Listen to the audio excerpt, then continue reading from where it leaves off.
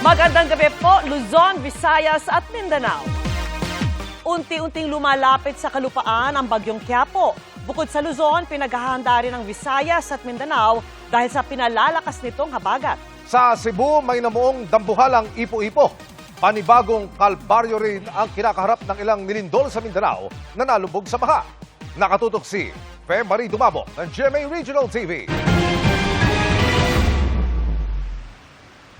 Lagpas sa taas ng gusaling yan ang namaong ipo-ipo malapit sa Mactan, Cebu kahapon. Tanaw rin ang makapal at maitim na ulap. Bukod sa namataang ipo-ipo, ilang araw na ring inuulan ang iba't ibang panig ng Cebu. Ayon sa Pag-asa Visayas Regional Services Division, pinakamaraming ulan ang bumuhos sa mga bulubunduking barangay sa Cebu City. Kagabi, nagbistulang ilog ang ilang kalsada sa bahaging ito ng Cebu City. May ilang napilitang sumuong sa baha para makatawid. Mas malawak at malakas ang agos ng tubig sa ibang kalsada, kaya wala na halos nakadaang sasakyan. Maraming motorista ang stranded dahil sa taas ng tubig.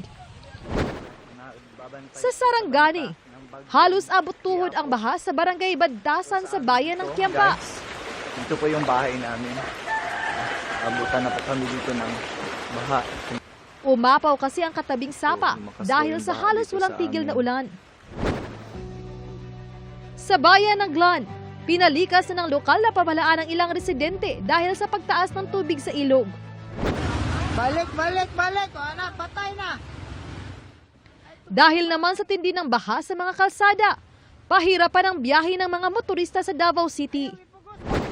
Pwede! Hawa diya kay makaanod ka, ginuog ko nimo. Binulaga naman ng baha ang mga taga-Maasim Sarangani. Kasunod yan ng magdamag na buhos ng ulan. Umabot na ang baha sa mga kabahayan. Humambalang naman sa kalsada ang gumuhong lupa sa bahaging ito ng Arakan. Nakuhanan pa ng video ang ilan sa aktwal na pagguho. Mabuti na lang at nangyari ito bago dumaan ang ilang motorsiklo. Napag-yun ako kayong kahoy, murag matumba.